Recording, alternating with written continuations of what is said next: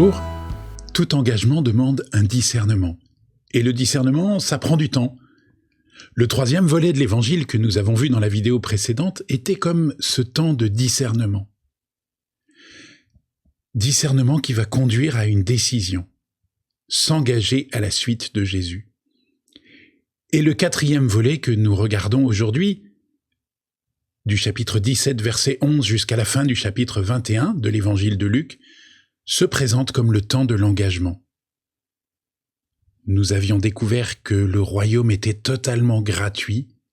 Nous allons découvrir que le royaume n'est pas un lieu à venir, mais un événement à vivre aujourd'hui. Et cet événement passe par l'épreuve. L'épreuve de Jésus, d'une part, qui du coup va monter à Jérusalem parce que dès le chapitre 13, il nous l'a dit, il n'est pas possible qu'un prophète meure en dehors de Jérusalem. Mais aussi l'épreuve du disciple. Va-t-il tenir jusqu'au bout? Va-t-il s'engager? Comme le disait saint Augustin, Dieu t'a créé sans toi, il ne te sauvera pas sans toi. La première partie de notre volet commence fort, la guérison de 10 lépreux. 2 constatations. La première, être guéri et être sauvé, ce n'est pas la même chose. 10 sont guéris, un seul est sauvé. Va, ta foi t'a sauvé. Quelle différence y a-t-il entre la guérison et le salut? La guérison va me donner du répit dans ma vie temporelle. Quand je suis guéri, je vais vivre plus longtemps. Le salut va me faire rentrer dans la vie éternelle. Il est donc beaucoup plus important d'être sauvé que d'être guéri. La guérison est une expérience du royaume, mais comme un panneau indicateur qui va me montrer le royaume. Le salut est l'entrée dans le royaume. Deuxième constatation. Luc met en scène 10 lépreux. Pourquoi 10? Dans le langage juif, lorsqu'on dit 10, on pense aux 10 paroles, au décalogue. Est-ce que Luc voudrait nous dire que même si j'arrivais à respecter parfaitement l'ensemble de la loi, je ne me donnerai pas le salut à moi-même? Le salut se reçoit dans une relation personnelle à Jésus. Un seul revient. Et Luc va développer cet aspect-là. Le royaume n'est pas ici ou là, quand on vous l'annonce, n'y allez pas. La bonne question, ce n'est absolument pas où est le royaume. Peut-être davantage ce serait quand est le royaume. Parce que le royaume est une expérience personnelle à vivre, une expérience intérieure, que je peux accueillir dans la prière. Et particulièrement la prière de demande, nous dit Jésus. Demandez avec force, avec empressement, avec constance, comme la veuve importune, pour recevoir le salut. Je ne peux pas me sauver moi-même.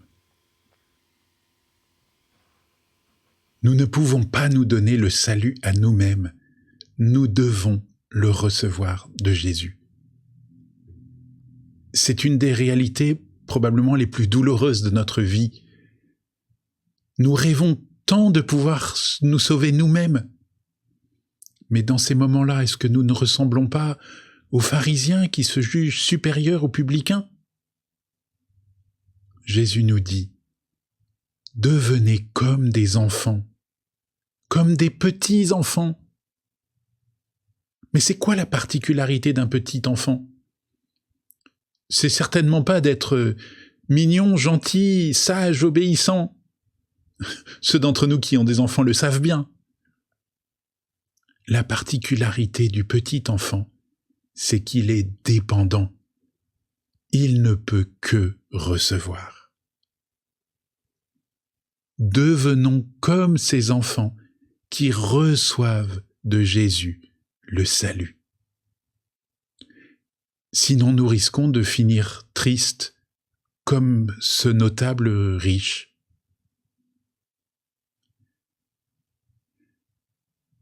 C'est impossible à accueillir. C'est pourtant le seul chemin que Jésus nous annonce. Devant l'incapacité de ses disciples à accueillir qu'il nous faut être sauvés, devant l'incompréhension face aux épreuves qui arrivent, Jésus leur fait vivre une étape à Jéricho. La guérison de l'aveugle fait comme un écho à la guérison du lépreux. Ta foi t'a sauvé.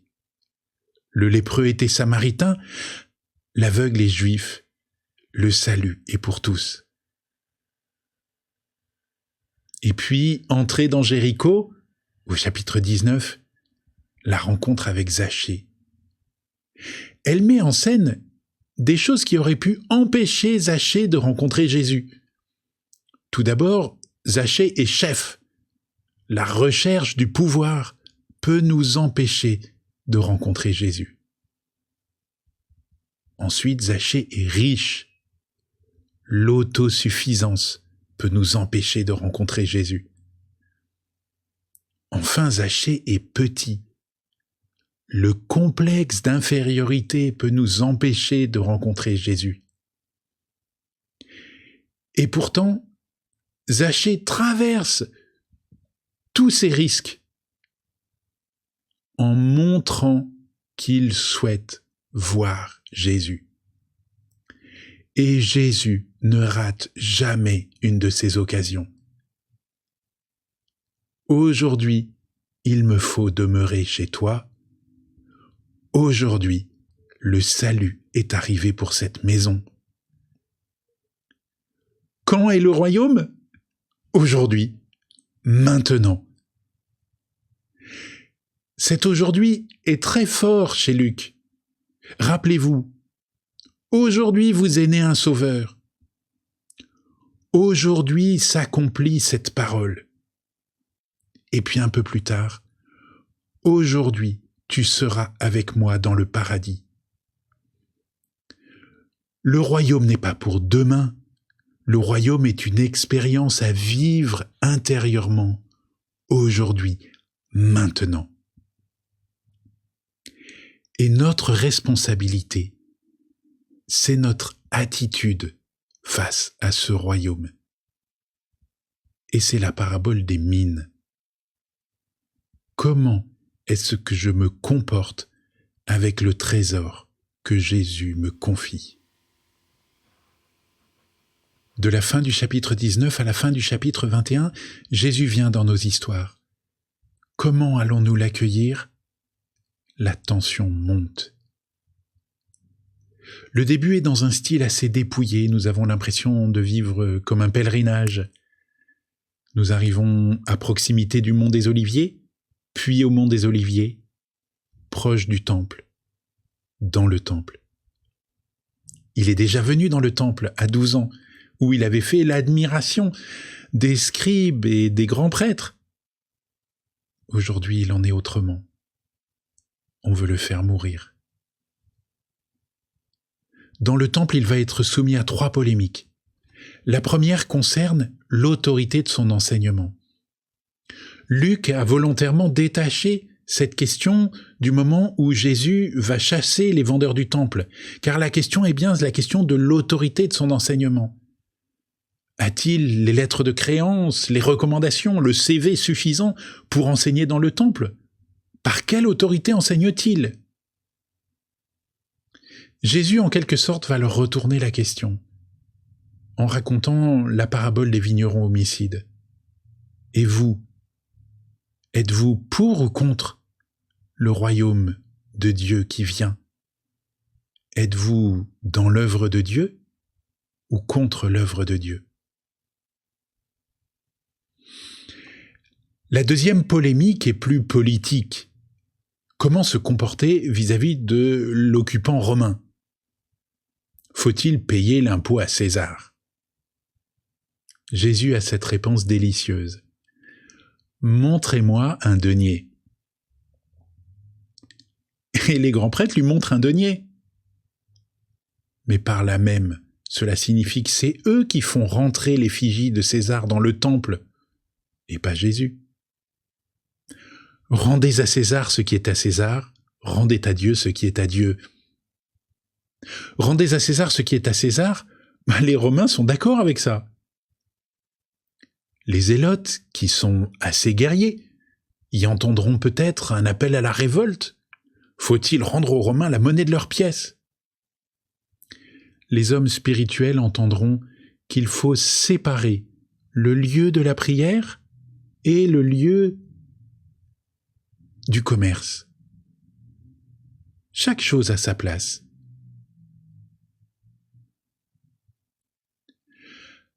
La troisième polémique concerne la résurrection.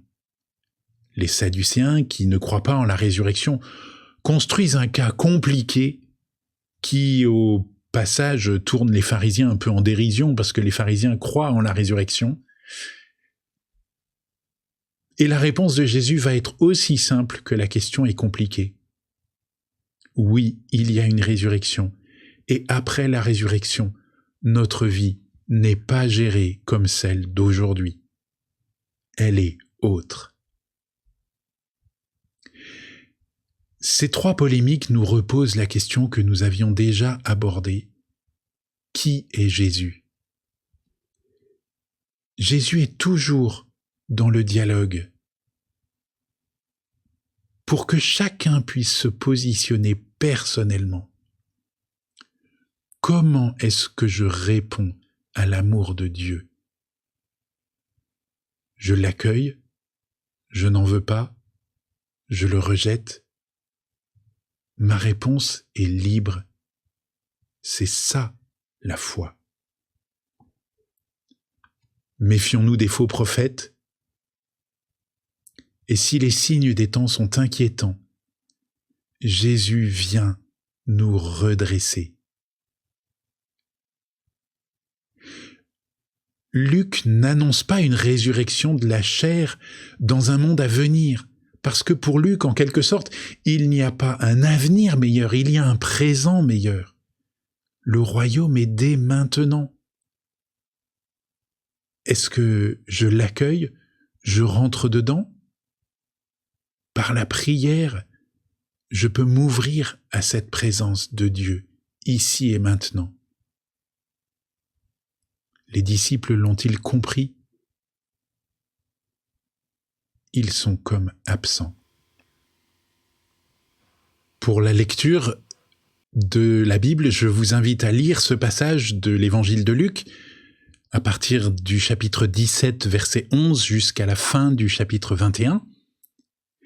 Et puis ensuite, si vous avez le temps, je vous inviterai à lire le Cantique des Cantiques pour éveiller en nous ce désir d'être avec lui. Et puis si vous avez une Bible catholique, Bible en français courant, ou traduction de la liturgie, ou bien la Bible de Jérusalem par exemple, vous pouvez lire le livre de Tobie pour y redécouvrir le goût de la présence de Dieu avec nous. Bonne lecture.